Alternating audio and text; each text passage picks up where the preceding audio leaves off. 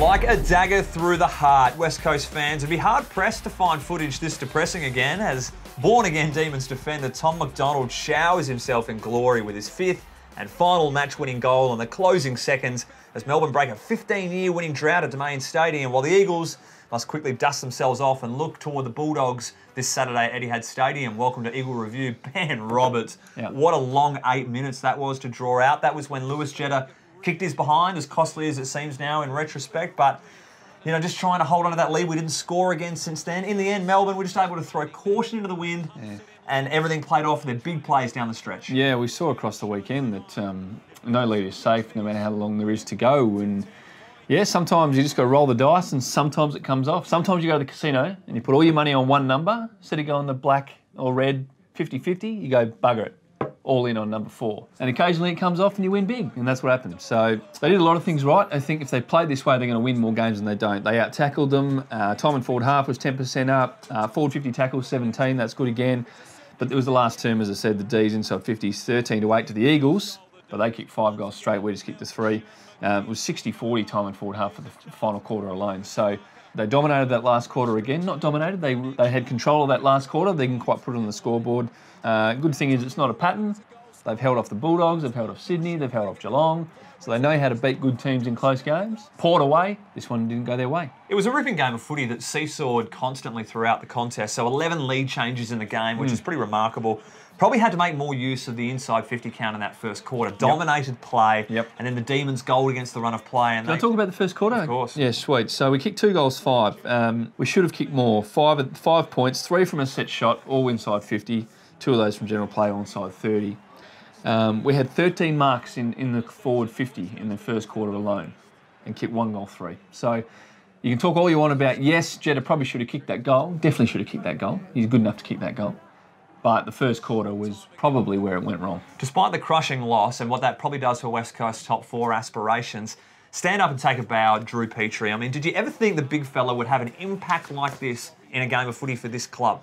I mean, he kept us in the game. He did. What a game. And in JK's absence, he's been very good down forward since he's been shifted permanently down there. 3 marks and 3 tackles inside 50, 4 goals, 4 inside 50s of his own, running up and getting involved, 19 touches, doing it all. And a bit of ruck work against Gorn as well, if you don't mind. So a great game and winding back the clock, and geez, he might get another year. The Jeremy McGovern up forward experiment, I think, is working well. Goal kicking is probably... Definitely working. It's definitely working. The goal kicking, obviously, he's going to work on that and he will refine it and get better.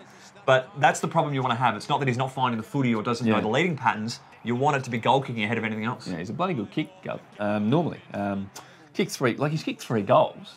He's kicked 1 more goal, we win. He's kicked 4 goals. He's had a terrific game. Sometimes you just don't have the kicking boots on, and really unfortunate that, and it's always going to be looked at when you lose a close one. But it's definitely working. He's marking the ball, kicking goals. It'd be interesting to see what happens when JK's back. The importance of Shannon Hurn in this Eagles lineup is just so important on so many levels. That's evident in Simon Goodwin's decision to tag him on the day, a defensive tag. The ball use from the back half and the on-ground leadership and direction. But the fact that he can deliver these hits and change the outlook of the opposition's structure and lineup of the game, I mean, we saw it do to Viney, which clearly hampered him and sent him off the ground, which forced Eagles to get on top in that time. He did that to Boak last year. He did it to Buddy this year. It's unbelievable what he can do. Yeah, it's setting the example. It sets, I mean, it's nothing dirty, nothing sinister. It's just about setting the example and setting the tone, you know, about the physicality that you want to impart on the opposition. He's very good at that. He's got history. But Viney got him back, though, in the end, Viney didn't he? did get him back. I think, again, nothing in that. Just one of those things that happens sometimes in football. Good contest. Unfortunately for Bunga's face, didn't turn out ideal. Good. The key defenders were in the thick of the action. We had good to see Eric McKenzie getting amongst the footy, taking a solid good grabs down back and really holding his spot down there. Playing on with the left boot, I think he was channeling Andrew Gaff on the midfield there, had some urges. Barris taking intercept marks left, right and centre. Probably had his colours lowered in that third quarter, I thought, against McDonald, but still good signs from a 20-plus game player. He's 21, Tommy, and he's going to be a very good player for a long time. Yeah, I think in the end, like, the goals tip it into McDonald's favour for sure, but he did a lot of things right and will continue to do so as he grows. But the key defenders, Will Schofield, probably the biggest talking point on the weekend. His vicious right hook against Oliver. It was probably savage to say the least. Yeah, it was always going to be interesting to see what happened with this one. Scoey gets his week. It'd be interesting to see what happens now in terms of any challenges that might come. Obviously, the medical report was taken into consideration as well, so we'll see what happens from here. Time for the roast of the rounds. There's a few of them, so let's get stuck in. Hutchings, the goal of the round nomination from the great man, the midfielder. That's the best he's kicked in his short career. Yeah. Was it as good as his Mark Clutching special winning the game up at the Gabba Candy Shop, throwing it out? Or what about the one against Freo where he's giving the crowd a bit after? Oh, and he's hugging them. Actually, we got to call it a podium then because they were great goals. They were great goals. But we got roasting Jordan Lewis, just casually getting sucked into the 50-metre penalty. Hutchie on fire, another tick in his column there. Yes, I think Hutchie definitely put a bit of mayo on that one. It wasn't all there. Tommy Barris, down back, 10 marks, 7 intercepts, if you don't mind. Goal kicking. He can kick goals. He goes forward sometimes down in the waffle and there's kick goals. Probably not when he's 70 out. Not on this occasion. Malcolm Blight put into the Hall of Fame recently, just trying to channel Malcolm Blight, failed dismally. And Tommy Cole, if there's one bloke you probably don't want to try and candy shop, it's Jeffrey Garlett. He's pretty handy, pretty nimble. Just got away with this one, Tommy. Next time, just kick it long. I agree.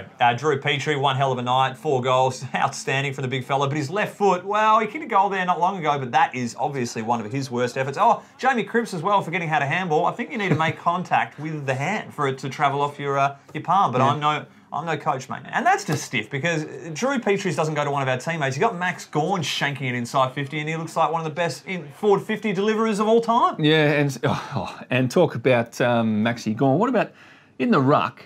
When the umpire doesn't bounce it and it's not fair for both, they usually call it back. I don't think Nathan Vardy even got a sniff of the share. I don't think he can even see where the ball was. It was that far away. No. Should just call that one back next time. Moving on. Gavin Mitchell obviously got each other in their fantasy teams this weekend because there's no need to be waxing around like that under a pressure situation. Just get it out of there. Just get it out. And speaking of Gov, he got called on the broadcast the best mark in the competition. This is prior to this play, though, isn't it? Yeah, and that is dropping a pud if I've ever seen it. Not his best effort. Josh Hill just casually giving to the opposition when goals are on hand. I think he'd like that time again. Is this one of the softest free kicks you'll see? Well, it's certainly up there, but that's for you to decide. But the sling tackle on Dom Tyson from Elliot Yeo. Gee, JK couldn't even bear to watch in the coach's box. That could have been big. Yep, no, that was a big call. They go the other way sometimes, one of those 50-50 ones, but the winner. Goes without saying. I think Damien Martin would be quite impressed with our choice. But yes, Clayton Oliver, that is yours.